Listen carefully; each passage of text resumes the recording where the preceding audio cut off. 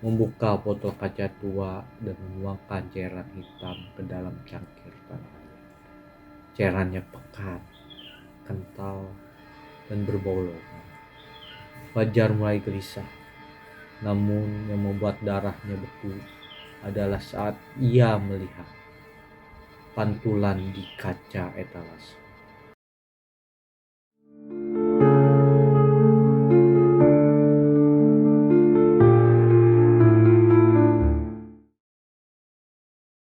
Assalamualaikum warahmatullahi wabarakatuh. Berjumpa dengan saya kembali, Reza Kristia Permadi, di channel Di Antara Kalian. Hari ini gue bakal bawa kalian ke sebuah cerita nyata dari Ciamis. Sebuah warung tua yang berdiri di perempatan jalan sepi. Dan kalian tahu apa yang bikin menjengkelkan dan menyeramkan? Warung itu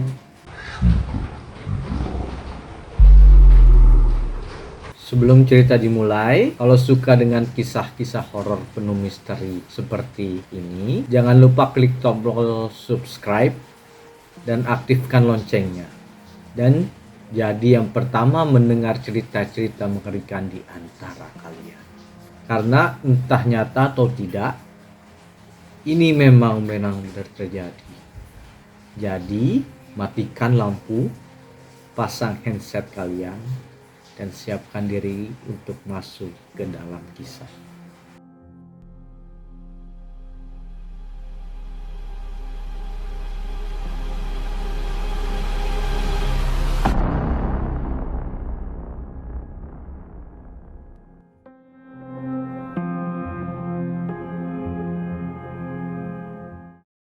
Pernahkah kamu berhenti di sebuah warung remang-remang di pinggir jalan yang sepi menjelang maghrib?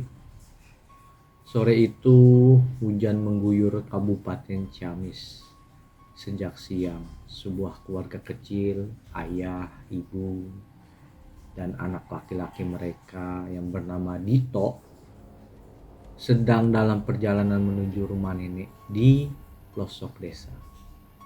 Jadi perjalanan yang seharusnya singkat jadi lama karena hujan deras, jalan rusak, dan langit yang semakin menggelap. Jam menunjuk pukul 5:30 sore. Langit sudah menjelang malam. Tiba-tiba sang ayah menepikan mobil. Perutnya mulas, tidak bisa ditahan. Mereka berhenti di sebuah perempatan jalan yang sepi, dan di pojok berdiri sebuah warung tua. Remang, sepi, dan tak ada kendaraan lain. Hanya lampu kuning redup menyala lemah. Ayah turun dan minta izin ke WC. Si pemilik warung hanya mengangguk, diam, natapnya kosong, seperti melihat ke dalam jiwa.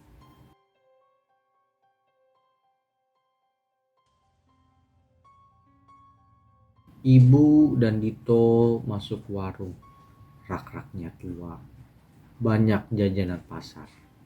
Roti, botol minuman, semuanya tampak anehnya segar. Terlalu segar. Mereka membeli beberapa makanan. Si pemilik warung tak mengucapkan sepatah kata pun. Ia hanya menyerahkan uang kembalian dengan tangan dingin seperti besi. Mereka lanjut ke perjalanan. Sampai di rumah nenek saat malam tiba, semua kelelahan dan tidur cepat. Pagi harinya saat sarapan, Dito bercerita kepada nenek soal warung yang mereka singgahi. Nenek langsung terdiam, wajahnya berubah pucat. Nah, warung itu sudah terbakar sebulan lalu. Satu keluarga tewas, dibakar hidup-hidup setelah dirampok. Warung itu tidak ada lagi. Mereka membuka plastik jajanan dari warung semalam. Dan yang mereka temukan bukan kue, bukan juga roti, tapi abu hitam kosong. Botol minuman berisi cairan kental, hitam, berlendir. Uang kembalian sudah berubah menjadi kertas lusuh, sobek dan hangus.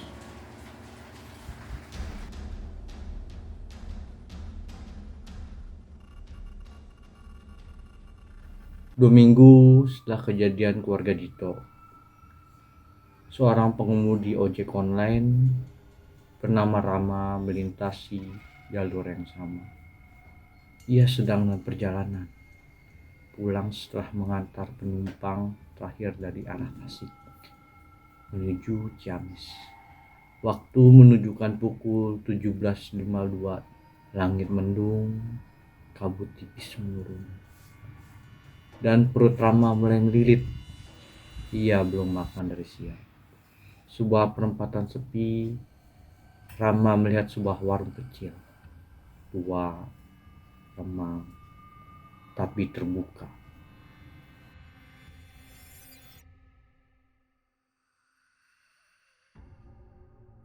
Akhirnya nemu warung juga, gumamnya sambil meminggirkan motor.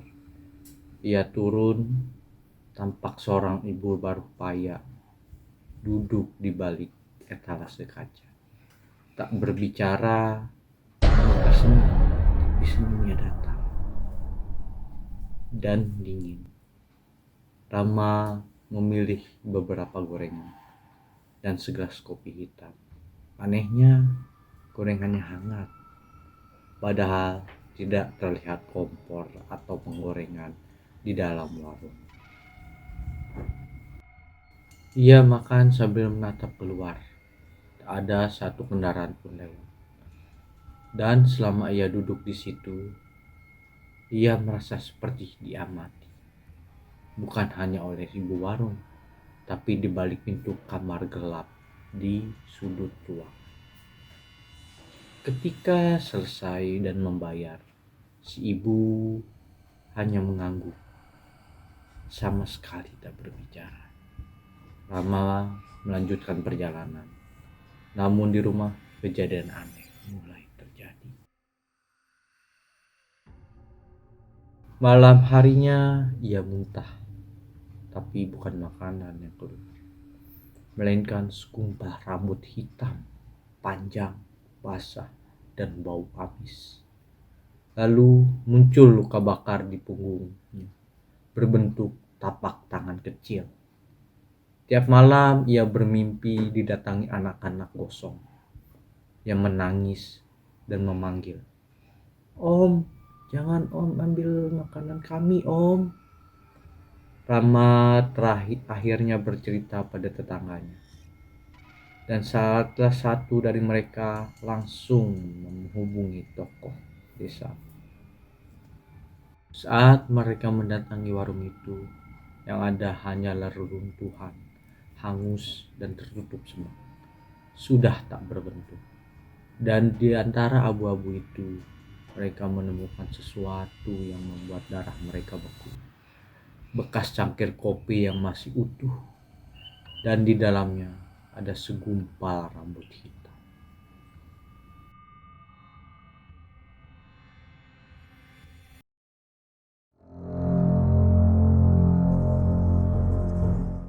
Namanya Fajar, seorang mahasiswa semester akhir.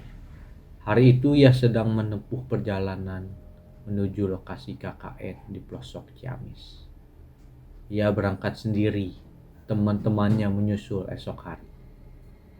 Sore itu langit gelap, hujan turun deras, sinyal hilang, dan perutnya mulai terang sakit menahan lapar. Pukul 17.49 WIB, Fajar lihat warung kecil di pojok perempatan tua, sepi, tapi lampunya menyala meski redup kekuningan. Di tengah hujan dan kabut, warung itu seperti satu-satunya tempat yang masih hidup. Fajar memarkirkan motornya, masuk dengan langkah pelan. Di dalam suasananya lebih sunyi daripada luar. rak-raknya berdebu, makanan yang dijajakan tampak terlalu segar. Dan di balik meja duduk seorang ibu tua berkerudung abu-abu, diam, menatapnya tanpa senyum, tanpa bicara. "Permisi Bu, bisa beli kopi?" tanya Fajar pelan. Si ibu tidak menjawab, hanya berdiri pelan, membuka botol kaca tua dan menuangkan cairan hitam ke dalam cangkir tanah liat. Cairannya pekat, kental, dan berbau logam. Fajar mulai gelisah, namun yang membuat darahnya beku adalah saat ia melihat pantulan di kaca etalase. Bayangannya tidak ada, tapi si ibu memiliki bayangan lain, berbentuk sosok pocong, tinggi, miring, dengan wajah putih mengerut, dan lubang hitam tempat mata seharusnya berada.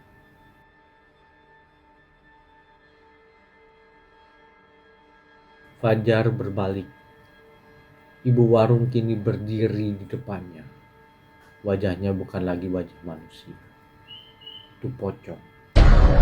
Kain kafannya kotor dan berbau sangit seperti daging terbakar. Mulutnya sobek hingga ke pipi. Dari mulut itu keluar suara rendah yang mengomel. "Jangan pergi, kopinya belum habis." Pocong itu melayang cepat, melesat ke arah Fajar. Tak berjalan tapi melompat seperti kaset rusak. Fajar menjerit, mendorong pintu yang kini terkunci sendiri. Tangannya melepuh. Suhu gagang pintu terasa seperti besi panas. Ia membaca doa sekencang mungkin.